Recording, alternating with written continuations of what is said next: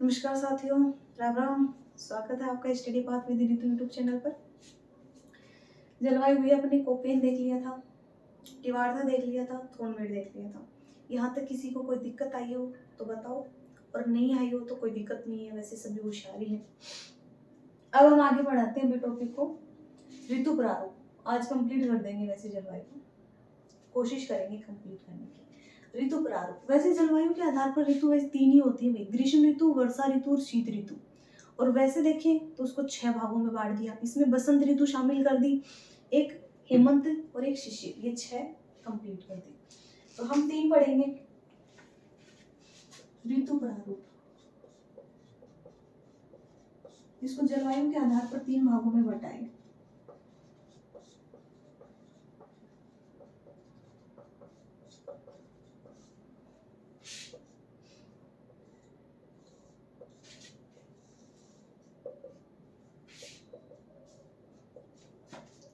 ग्रीष्म ऋतु,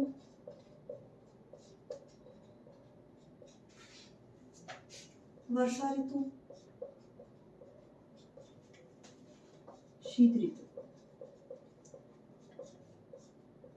ग्रीष्म ऋतु में क्या है? लू, आंधी, भमूड़ा। इसमें पढ़ेंगे अपन लू, आंधी, बमूला, बबूला। इसमें वर्षा ऋतु में हम देखेंगे दक्षिणी पश्चिमी मानसून, और दक्षिणी पश्चिमी मानसून की 2 शाखाएं हैं, एक अरब सागर का मानसून,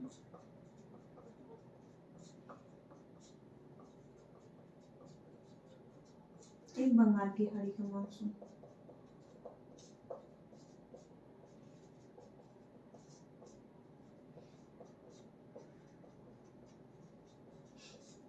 अरब सागर का जो मानसून है ये राजस्थान में, भारत में भी देख लेते हैं। भारत में 1 से 5 जून को प्रवेश कर जाता है, राजस्थान में 15 से 20 जून को प्रवेश।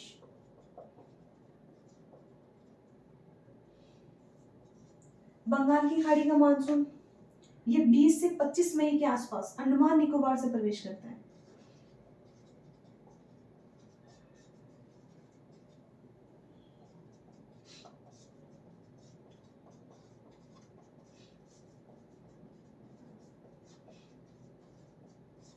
तो बंगाल की खाड़ी का मानसून अंडमान निकोबार से प्रवेश करेगा। और शीत ऋतु में क्या है? मावठ, शीतलहर, ये अपन उत्तरी पश्चिम मानसून इसमें पढ़ेंगे। प्रत्यावर्तन, लौटता हुआ मानसून, तो ये ऋतु पढ़ेंगे। अब लू, लू क्या है? तापमान को वैसे बढ़ा देती है, आगे तो लू गर्मी ज्यादा करती है, तो लू क्या है? तापमान को बढ़ा देती है। आंधी वैसे तो तापमान को कम कर देती है, और सबसे ज्यादा आंधी कहाँ है? गंगानगर में, सर्वाधिक आंधियां चलती है गंगानगर में। बबूला, बबूला बताया था भाई, मरुस्थलीय प्रदेशों में एक आंधी चलती है।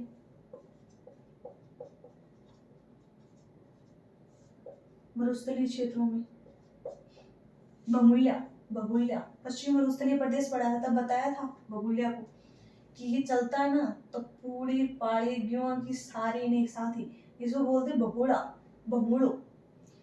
तो बबूला होता है, काफी खतरनाक आता है ना, तो सब लपेट के लेके जाता है अपने साथ। तो ये 3 चीजें इसमें है। वर्ष इसमें पढ़ेंगे दक्षिणी पश्चिम मानसून की, अरब सागर की शाखा और बंगाल की खाड़ी की शाखा। तो ये लिख लो थोड़ा।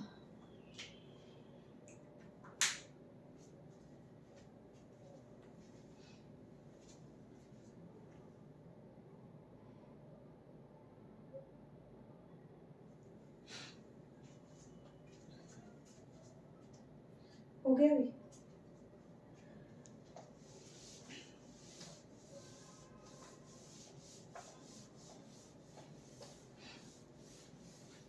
अब देखते हैं मानसून। पहले तो देखो मानसून जो शब्द है इसकी खोज किसने की थी? खोज की थी हिप्पोलस ने, हिप्पोलस। मानसून शब्द की खोज हिप्पोलस के द्वारा की गई थी। इसका अर्थ होता है पवन की दिशा, पवन की दिशा। तो अर्थ हो गया पवन की दिशा। अरबी भाषा का शब्द है मोसीम शब्द से बना हुई है। अरबी भाषा के मोसीम शब्द से।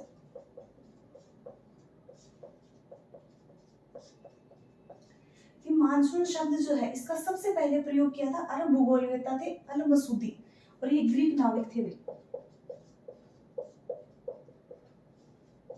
मानसून शब्द का सर्वप्रथम प्रयोग किया था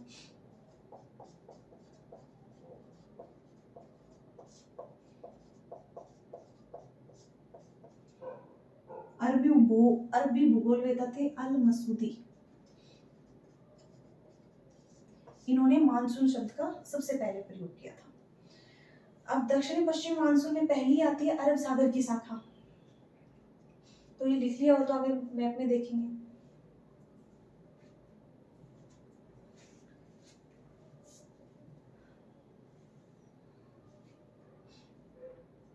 हो गया अरब सागर की शाखा।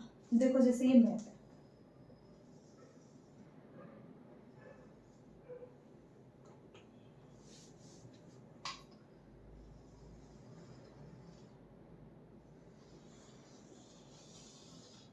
ये है राजस्थान, ये अरब सागर की शाखा।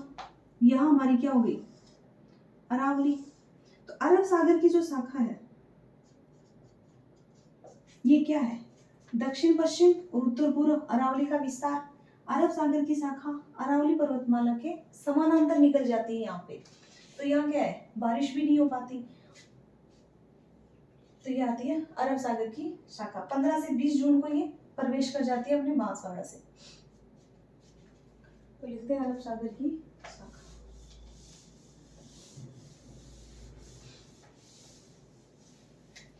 क्योंकि अरावली के तो ये समानांतर निकल जाती है, बारिश ही नहीं होती।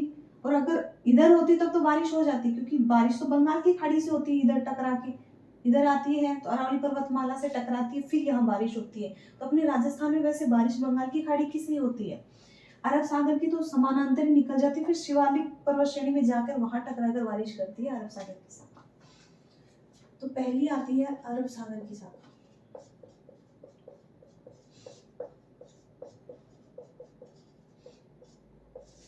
राजस्थान में प्रवेश 15 से 20 जून को अरावली पर्वतमाला के समानांतर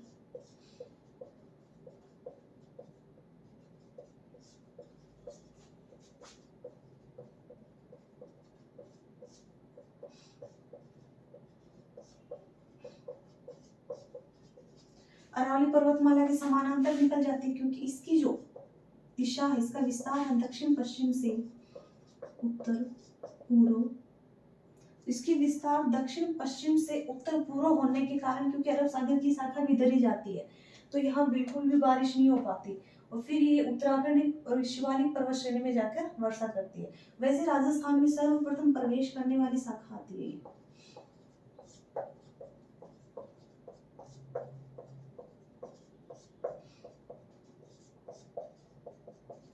राजस्थान में सबसे पहले प्रवेश करती है, कहां से करती है बांसवाड़ा से। तो राजस्थान में मानसून का प्रवेश कहां से होता है मानसून का प्रवेश। तो मानसून का प्रवेश अपने बांसवाड़ा से हो गया। और राजस्थान का एक ये तो मानसून का प्रवेश है। राजस्थान का चेरापूंजी कहते हैं झालावाड़ को।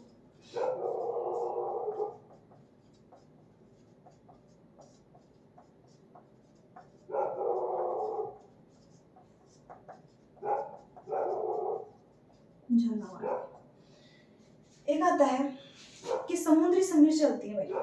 पवने जो है मानसूनी पवने ग्रीष्म ऋतु में कैसे चलती है समुद्री भाग से स्थल की ओर, क्योंकि ग्रीष्म ऋतु में तो समुद्र भाग से स्थल की ओर ही चलेंगी, और समुद्र भाग से स्थल की ओर चलेंगी तो क्या होगा पहले उच्च वायुदाब था, अब उच्च वायुदाब से निम्न वायुदाब की ओर गई। तो निम्न वायुदाब की ओर गई तो क्या हुआ तापमान तो ज्यादा हुआ, तापमान तो ज्यादा जल्दी जल्दी मान लो इधर जाती गई इस तरह की ओर, तो तापमान तो बढ़ता गया और वायुदाब कम होता गया। तो मानसूनी जो पवनें चलती हैं ये उच्च वायुदाब से निम्न वायुदाब की ओर चलती हैं। तो ये अरब सागर की शाखा आती है, ये लिख लो तो।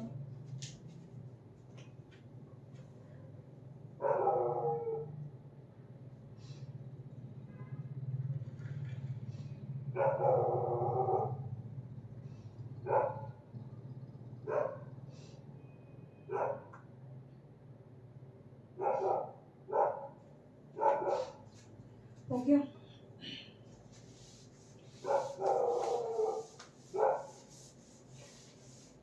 एक आती है बंगाल की खाड़ी की शाखा।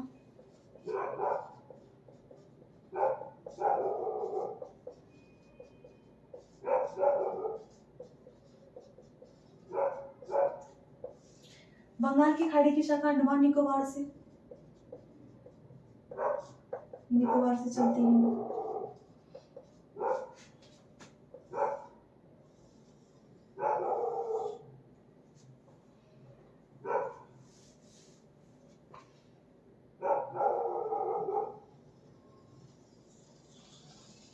अभी देखो ये अरावली, बंगाल की खाड़ी की शाखा प्रवेश करेगी अपने दक्षिण और पूर्व से।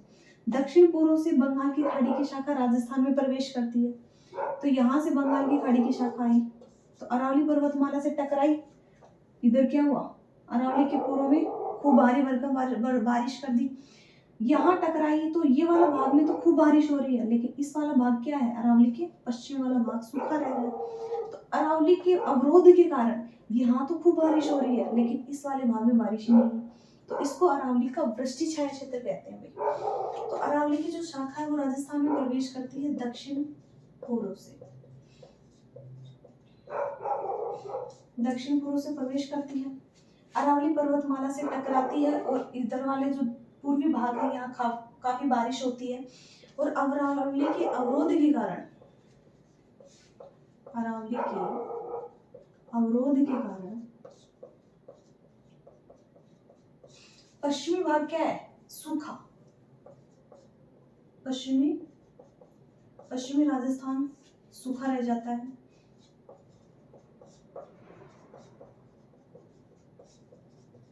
ये वाला भाग सूखा, इसलिए इसे अरावली का वृष्टि छाया क्षेत्र कहते हैं।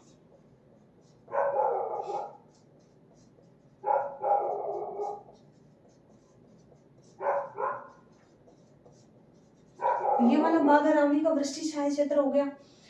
और अरावली बंगाल की खाड़ी से सर्वाधिक वर्षा होती है राजस्थान में,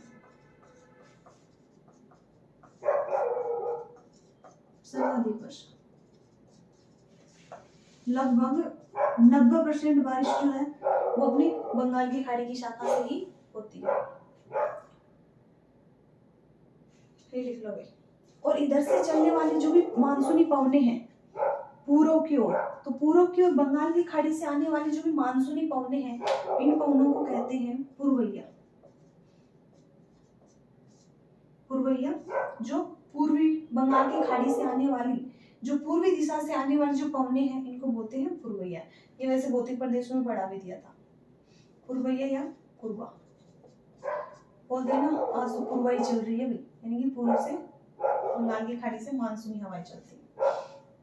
तो ये है अपना बंगाल की खाड़ी की शाखा। लिखो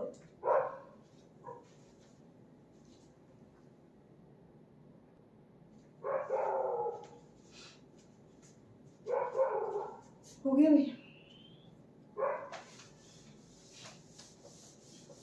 अब उत्तरी पश्चिमी मानसून में पश्चिमी विक्षोभ, भूमध्य सागरीय, शीतोष्ण कटिबंधीय चक्रवात। उत्तरी पश्चिमी मानसून में आता है शीतकालीन, जो शीत ऋतु अपन ने पढ़ी थी उसमें आता है शीतोष्ण कटिबंधीय चक्रवात।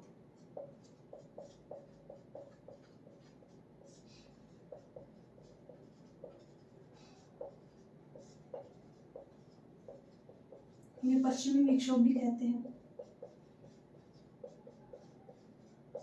तो शीतोष्ण कटिबंधीय चक्रवात, पश्चिमी विक्षोभ, भूमध्य सागरीय चक्रवात।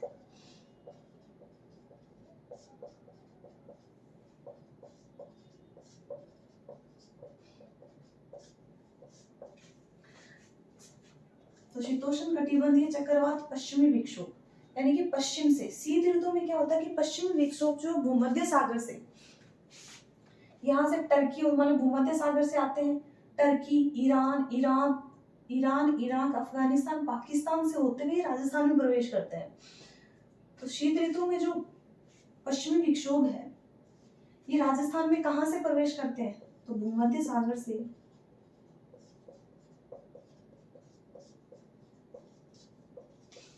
टर्की या तुर्की, Iran, Iraq, Iran, Afghanistan, Pakistan से होते हुए फिर राजस्थान में प्रवेश करते हैं। पहले ईरान आता है इधर, तो ईरान, इराक, अफगानिस्तान, पाकिस्तान से होते हुए राजस्थान में प्रवेश। फिर इससे जो बारिश होती है, पश्चिमी विक्षोभों से राजस्थान में जो बारिश होती है, जो रबी की फसल के लिए उपयोगी होते हैं, उसे बोलते हैं गोल्डन ड्रॉप्स या सुनहरी बूंदे।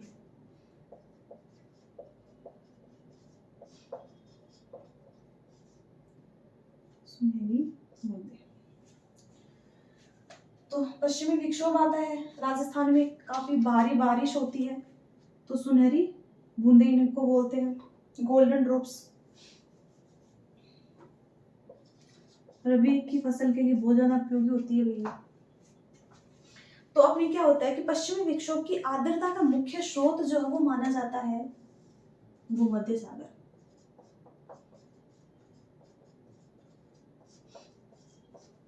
यानी कि ये आर्द्रता ग्रहण करता है, यहाँ से मूल स्रोत माना जाता है भूमध्य सागर।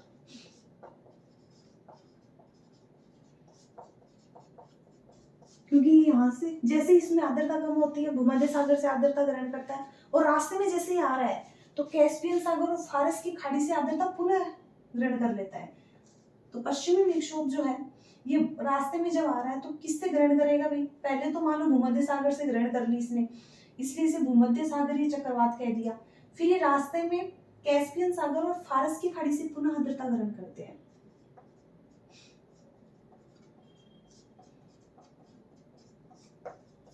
फारस की खाड़ी से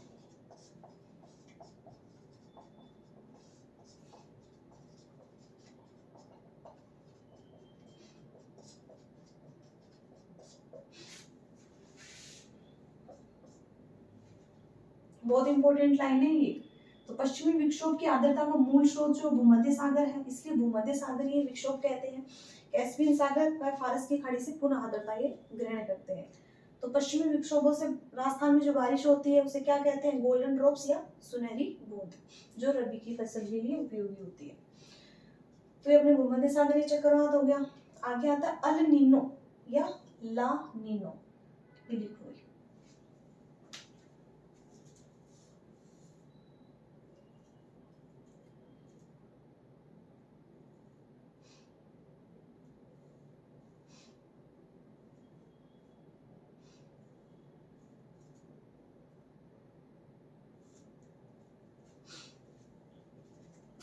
ओके, आप देख ले अल नीनो, ला नीनो।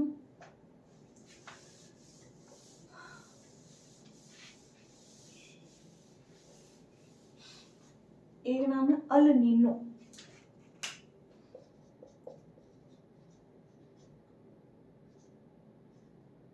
अल नीनो, और एक है इधर ला नीनो।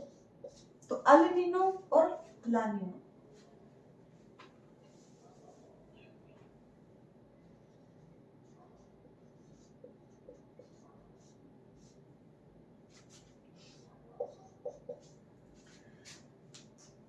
ये मानसूनी परिघटनाएं होती है, इसे सागरीय बुखार कहते हैं।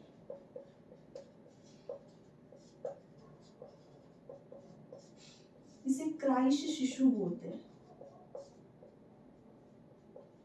क्राइस्ट शिशु या यीशु का शिशु।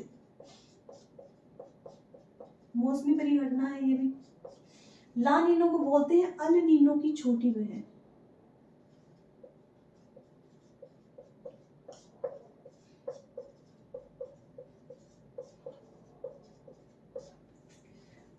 निन्नो आता है जब भारत में या राजस्थान में क्या होता है अभी, मानसून देरी से आएगा।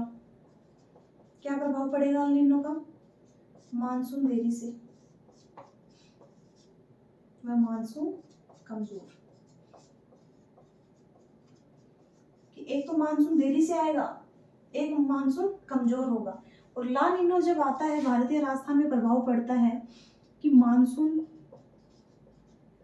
टाइम से आता है, एक तो बराबर समय पर वह ये कमजोर होता है, यह मानसून मजबूत होगा, यानी कि टाइम पे भी आएगा और मजबूत भी होगा। तो राजस्थान में तो वैसे भी अल निनो का प्रभाव ज्यादा दिखता है। एक आता है जैसे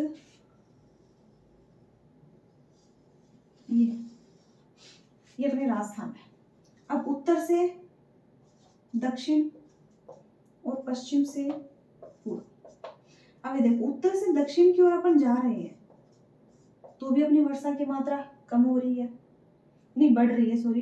तो उत्तर से दक्षिण की ओर वर्षा की मात्रा बढ़ेगी, पश्चिम से पूर्व की ओर अपन जाएंगे तो भी अपनी वर्षा की मात्रा बढ़ती है, यानी कि उत्तर से दक्षिण की ओर जाएंगे तो भी बढ़ेगी, एक उत्तर पश्चिम से दक्षिण पूर्व की ओर जाएंगे तो भी वर्षा की मात्रा बढ़ती है।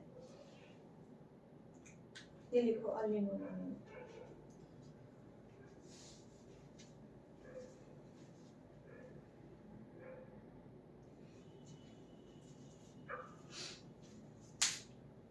हो गया भी अल निनो ला निनो, आ गया समझ में?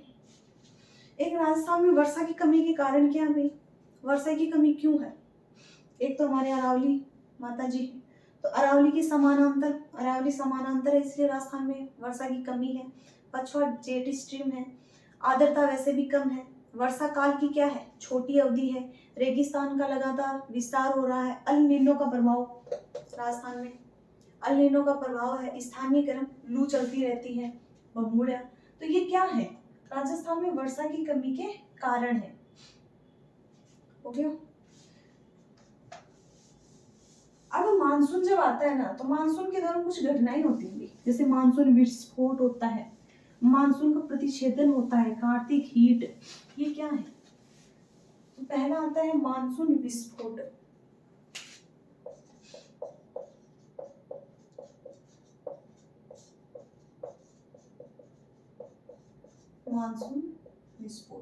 मानसून विस्फोट यानी कि मानसून के शुरू में होने वाली वर्षा, यानी कि स्टार्टिंग में आमता ने विस्फोट कर दियो, मानसून प्रवेश किया और धमाका। तो मानसून के शुरू में होने वाली वर्षा।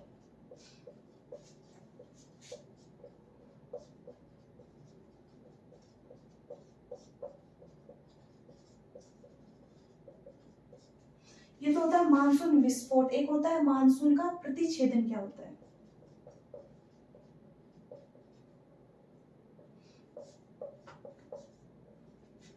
प्रतिच्छेदन।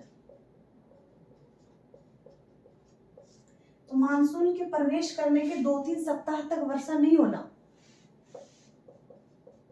मानसून, जैसे मानसून विस्फोट हुआ, माने स्टार्टिंग में काफी बारिश हुई, तो एक बार बारिश होने के 2-3 सप्ताह तक बारिश ही नहीं होना।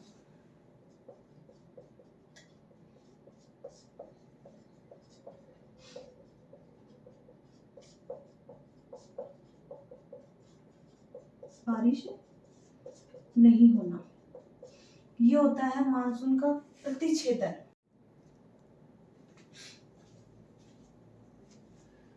वो हो गया था भी। तो अल निनो ला निनो के बाद अपनी कुछ शब्दावली आती है कि मानसून का विस्फोट क्या है। तो मानसून जब आता है तो मानसून के आते ही क्या होता है कि भारी भरकम बारिश हो जाती है। तो मानसून के शुरू में जो बारिश होती है उसे कहते हैं मानसून का विस्फोट। मानसून का प्रतिच्छेदन, जैसे ही मानसून विस्फोट होता है, मानसून के आते ही भारी वर्षा होती है, उसके 2-3 सप्ताह तो कोई बारिश नहीं होना, ये होता है मानसून का प्रतिच्छेदन। मानसून का प्रत्यावर्तन, यानी कि लौटता हुआ मानसून, जैसे ही मानसून कंप्लीट राजस्थान से बाहर चला जाता है वो होता है मानसून का प्रत्यावर्तन या निवर्तन काल, सितंबर के अंत में चला जाता है। एक आता कार्तिक हीट या अक्टूबर की गर्मी, यानी जैसे ही लौटता हुआ मानसून राजस्थान से बाहर जाता है तो उस टाइम पे कार्तिक का महीना होता है और कार्तिक महीने की हुमस और अक्टूबर की गर्मी, ये होती है कार्तिक हीट। अच्छे से देख लेना इनको। और एक आता है कि राजस्थान में वर्षा की कमी, क्यों होती है? एक तो अरावली जी आती है, अरावली पर्वतमाला का समानांतर, तो अरावली का समानांतर होना वर्षा की कमी का कारण, पछुआ जेट स्ट्रीम है, आर्द्रता में कमी है, एक सबसे ज्यादा अल नीनो का प्रभाव देखा था, रेगिस्तान का लगातार विस्तार हो रहा है, वर्षा की छोटी अवधि है और एक स्थानीय गर्म पवनें चल रही है। तो ये लिखो। फिर अपन देखते हैं समदाब रेखाएं, आइसोबार, समान वायुदाबों को मिलाने वाली रेखाएं, ये लिखो थोड़ा।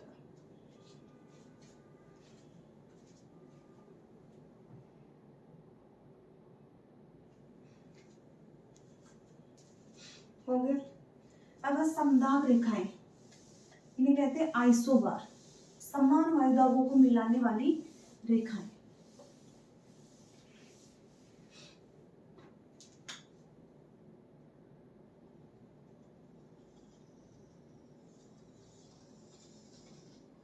ये अपना राजस्थान है, एक समदाब रेखा अपनी यहां से जाएगी, एक समदाब रेखा यहां से जाएगी,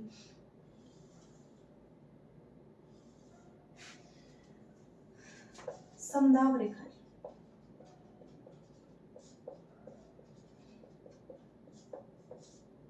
क्या है? समान वायुदाबों को मिलाने वाली रेखाएं।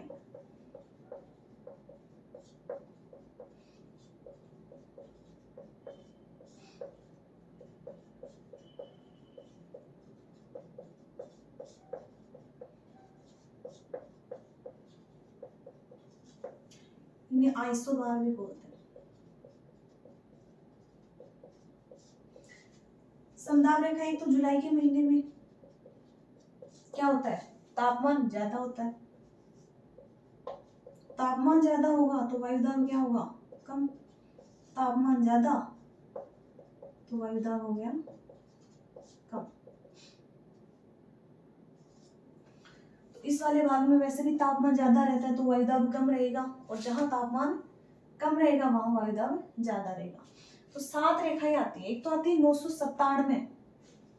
997 मिलीबार रेखा, 998 मिलीबार रेखा। तो ये हो गया हमें समदाब रेखाएं। तो समदाब रेखाएं यानी कि समान वायुदाबों को मिलाने वाली जो रेखाएं आती हैं, इन्हें आइसोबार भी कहते हैं। जुलाई में यहाँ क्या है? तापमान ज्यादा, तो वायुदाब क्या हो जाएगा? कम। 997 मिलीबार जैसलमेर, बीकानेर, गंगानगर से जाती है। 998 मिलीबार बाड़मेर, जोधपुर, नागौर और चूरू से जाती है। 999 मिलीबार जालोर, पाली, अजमेर, टोंक और सवाई माधोपुर से जाती है 999 मिलीबार रेखा, और 1000 मिलीबार जाती है सिरोही, प्रतापगढ़, उदयपुर और झालावाड़ से। ये हमारी कुछ समदाब रेखाएं हैं, ये लिख लो एक बार।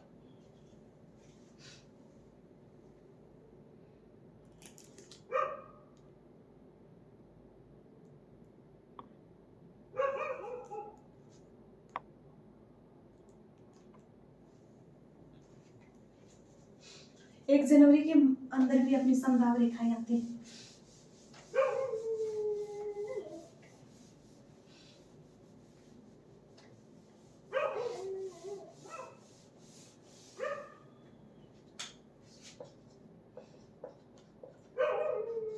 अब जनवरी माह में तापमान तो रहता है कम और वायुदाब रहता है ज्यादा। वायुदाब ज्यादा है और तापमान कम है। ये अपना राजस्थान है। 3 समदाब रेखाएं गुजरती हैं। 1017 मिलीबार रेखा, 1018 मिलीबार रेखा और 1019 मिलीबार रेखा। ये 3 रेखाएं गुजरती हैं। तो 1017 मिलीबार रेखा गुजरती है दक्षिणी राजस्थान से। दक्षिणी राजस्थान से 1017, मध्य राजस्थान से 1018, ये मध्य राजस्थान से गुजरती है, और ये गुजरती है उत्तरी राजस्थान से। तो 1017 मिलीबार रेखा दक्षिणी राजस्थान से, 1018 गुजरती है मध्य राजस्थान से, और 1019 गुजरती है उत्तरी राजस्थान से। तो ये 3 अपनी जनवरी माह में समदाब रेखाएं गुजरती हैं। ये अपनी समदाब रेखाएं हो गई। एक आता दोगड़ा, ये क्या होता है? अभी मानसून से पहले की जो बारिश होती है, तो राजस्थान में मानसून पूर्व की जो बारिश होती है उसे बोलते हैं दोगड़ा।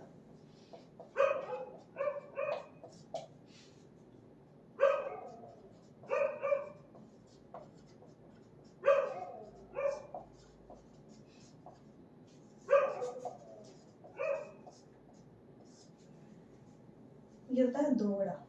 तो राजस्थान में मानसून से पहले की जो बारिश होती है उसे दोगड़ा कहते हैं। ये खुदगड़ा।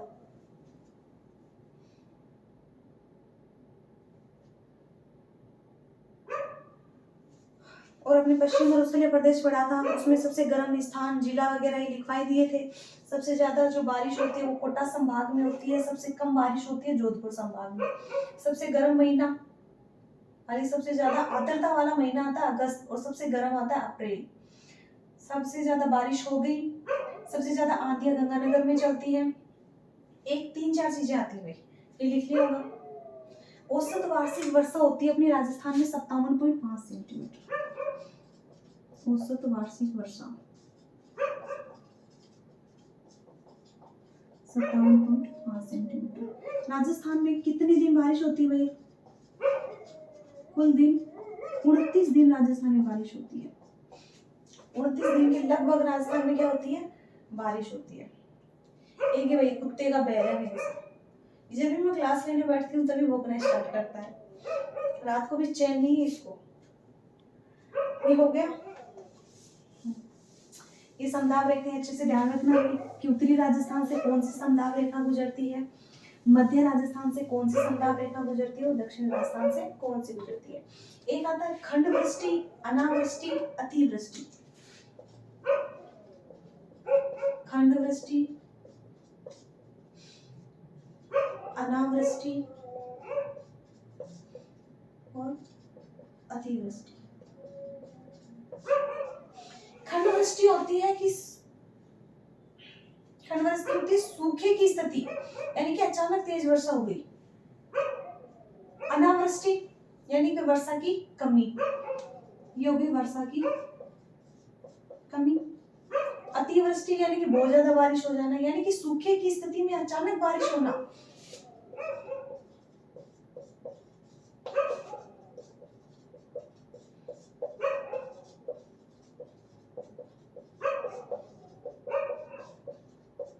खंड वृष्टि यानी एक बार तो ये सूखा ही रहता है और अचानक एक बार सूखे की स्थिति में अचानक बारिश होना।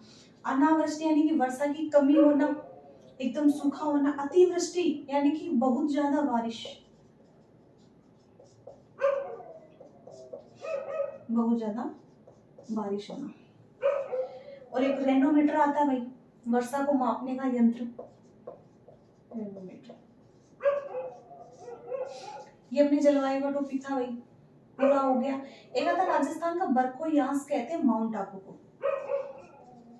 राजस्थान का बरखोयांशक माउंट आबू। तो राजस्थान का बरखोयांश बोलते हैं माउंट आबू को, और इसे ही राजस्थान का शिमला कहते हैं।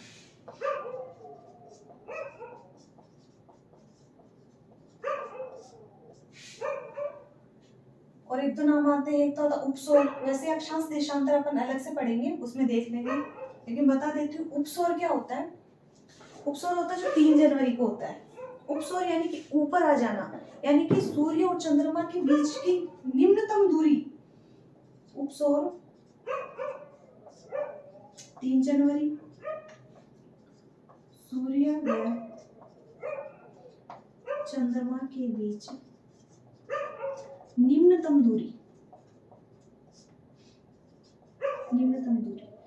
उपसौर यानी कि ऊपर ही आ जाना, एकदम ऊपर, यानी कि बहुत कम दूरी रहना दोनों के बीच में। तो सूर्य और चंद्रमा के बीच की निम्नतम दूरी 3 जनवरी, ऐसे याद रखना। ये अपने अलग से लिख रहे हैं ना उपसौर, तो ये 3 जनवरी। एक आता है अपसौर। अपसौर होता है दूर हटना, ये होता है 4 जुलाई को। 4 जुलाई को होता है अपसौर, यानी कि अलग होना। सूर्य व चंद्रमा के बीच की अधिकतम दूरी।